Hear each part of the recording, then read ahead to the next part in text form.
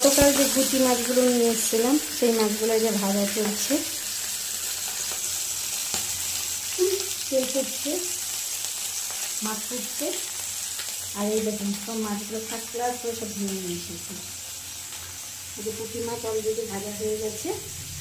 এই পুঁটি মাছটা আলু, পেঁয়াজ, লঙ্কার গুঁড়ো এগুলো দিয়ে বানানো হবে। বুঝছেন, আমার মায়ের তো মাছ ভাজতে গিয়ে কত যে তেলের ছিটা করে আর গায়ের মধ্যে ফটকা করে। কিছু করার নেই, মাছটা ওখানে হাই ফ্লেমে দিয়ে রান্না করে। আর এদিকে এই যে ভাত